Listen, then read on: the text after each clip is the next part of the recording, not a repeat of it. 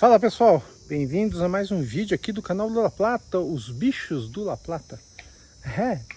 Vamos fazer atualizações. Hoje a gente traz atualizações não tão boas e algumas melhores. Porque a vida é assim, a vida não é só rosas, tem os espinhos também. E que espinhos às vezes, hein?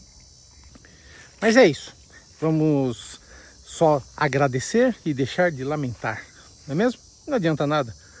E, bom, uma das coisas ruins que aconteceram aqui foi esse período que a gente teve de chuvas, tempestades, ventos, tufões, furacões, que agora o Brasil tem furacão, tufão, o Brasil tem de tudo agora, né, cara? Antigamente a gente só tinha político corrupto, agora tem tufão também. E a gente teve esse problema aqui há cerca de um mês, acho que não dá um mês, aí algumas semanas, né? A cidade de São Paulo ficou um caos, cara. Eu, aqui na região onde eu moro, foram 4 dias sem luz. 4 dias. Teve gente que ficou muito mais, teve gente que ficou menos, mas todo mundo foi afetado. Todo mundo. E eu fui afetado também na criação aqui, porque eu tava com a minha chocadeira ligada, com 22 ovos de codorna chinesa. Foi tudo pro beleléu. Perdemos tudo. Jogamos tudo no lixo.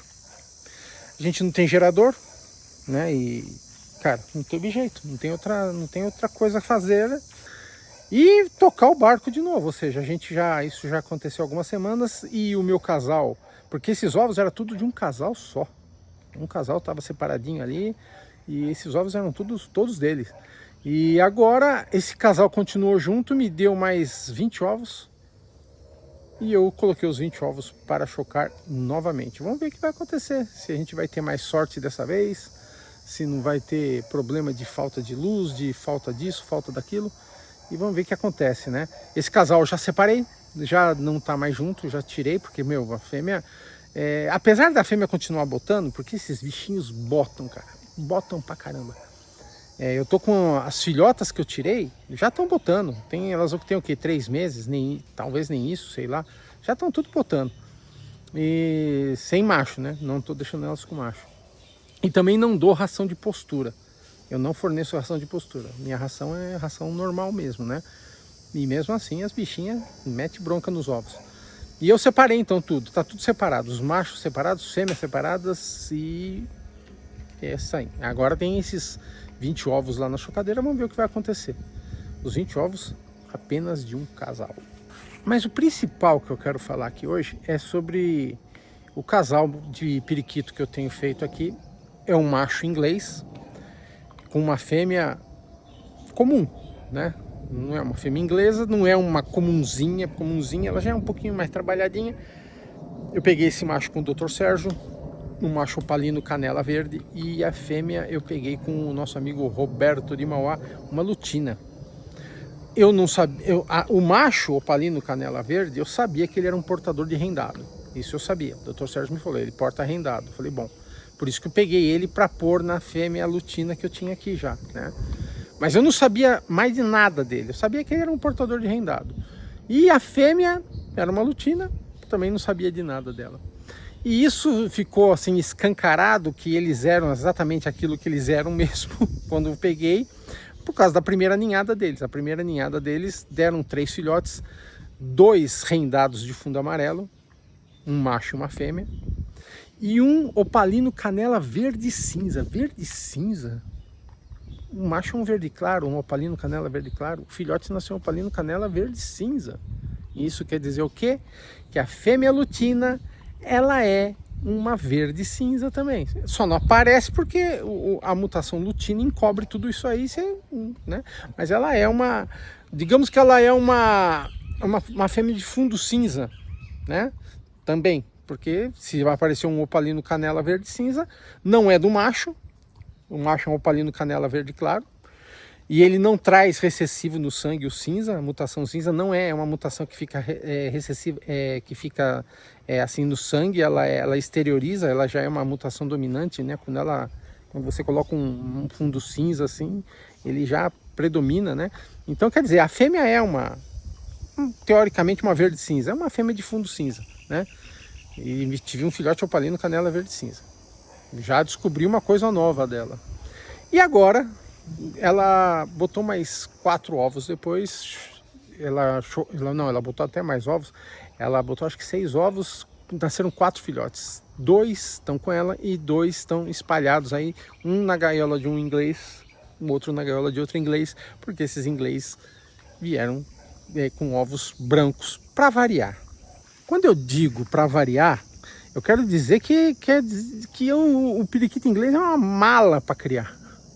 É um bicho chato demais para criar.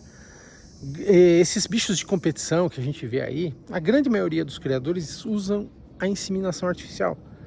Porque se depender da natureza, não estou dizendo que não exista aves que vão criar normalmente, lógico que existe, né? Você vai ter bichos assim que vão criar, vão procriar. Mas num geral assim, a grande maioria deles são uma porcaria para criar. Cria bem um ano, não cria o outro. Ou seja, e o pessoal usa o quê? Usa inseminação. Eles estão usando inseminação. Como eu não uso isso, nunca usei, né? Eu já criei periquitos de competição, já fui campeão brasileiro com periquito inglês, trabalhei bichos assim, mas nunca usei inseminação. E já sofria naquela época com isso, né? Então é assim, e a grande maioria desses criadores hoje que trabalham aí com bichos nessa linha assim de competição, esses bichos mais portentosos, né?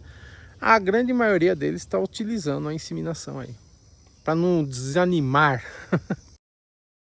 Bom, e aí as surpresas continuaram. Na outra rodada aqui deles, a outra ninhada que eu tive desse casal, vieram mais 4 filhotes, tá? E aí a gente vê um filhote rendado branco, de fundo branco. Ou seja, descobrimos também que o casal lá é portador de fundo branco, o que a gente geralmente chama de portador de azul, né? E aí, cara, foi uma novidade, porque eu não sabia disso, né? E aí a gente vê um dos filhotes, esse filhote está com um dos casais ingleses lá, tá? E o passarinho parece bem parrudinho, né? Cara, dá até para desconfiar que fosse filhote do meu inglês lá, porque ele é rendado, né, o meu inglês, mas não é não. Eu tirei do ninho lá do casal opalino lá com a lutina e passei para eles. Esse foi o primeiro. Na verdade, nasceram 2 filhotes rendados brancos, tá? Esse é o primeiro que está com um dos casais de inglês. E aí está o segundo, que está com outro casal de inglês, e vocês notam que ele nasceu com um defeitinho na pata. Ele nasceu praticamente sem os dedos da pata, só com os toquinhos dos dedos ali, né? Ele nasceu assim já. E tanto é que eu pus a anilha no outro pé, porque não ia ter como pôr a anilha ali, né? Até teria, né? Mas preferi pôr no outro pé. Esse é o segundo filhote, mais um rendado branco, né? A gente só não sabe aí se é macho ou fêmea, a gente ainda não dá pra gente sacar. Mas, ou seja, há mutações que vinham escondidas lá nos pais que eu não sabia, e não é só elas não, tem mais coisa aí. Tá aí, ó, mais 2 filhotes, esses estão com os pais reais, né? Um opalino canela, acredito que é um celeste, é um azul, né? Um opalino canela celeste, e o outro é um opalino canela verde. Não tá parecendo um verde claro, não sei, pode ser que seja um verde claro ou um verde cinza também, não sei, mas tá parecendo ser um verde claro o outro. Esse é um celestinho, um azul, tá vendo? Opalino canela celeste.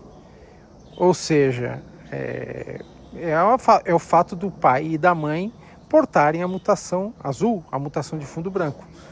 Que aí veio esse filhote opalino canela celeste e veio os 2 rendados brancos, né? E aí a gente vê que a genética na criação de aves, ela é importante. E quando você não sabe a genética dos pais, dos filhotes, ou seja, você comprou eles e ainda não saca ainda qual é a genética deles, o que acontece? Você vai descobrindo depois quando eles começam a criar, né? E quando começam a nascer os filhotes. Então a gente tem um casal lá que deu até agora filhote de um monte de cor aí.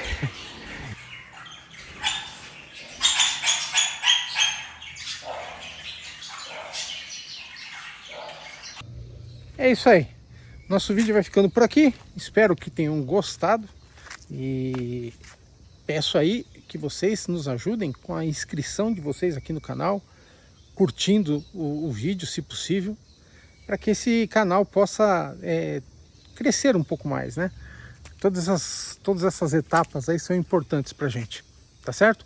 E a gente volta com mais atualizações, a gente vai trazer as atualizações das nossas calopsitas, de algumas outras aves exóticas e vamos trazendo conteúdo aí para vocês, tá certo? Um abraço, fiquem em paz e até a próxima.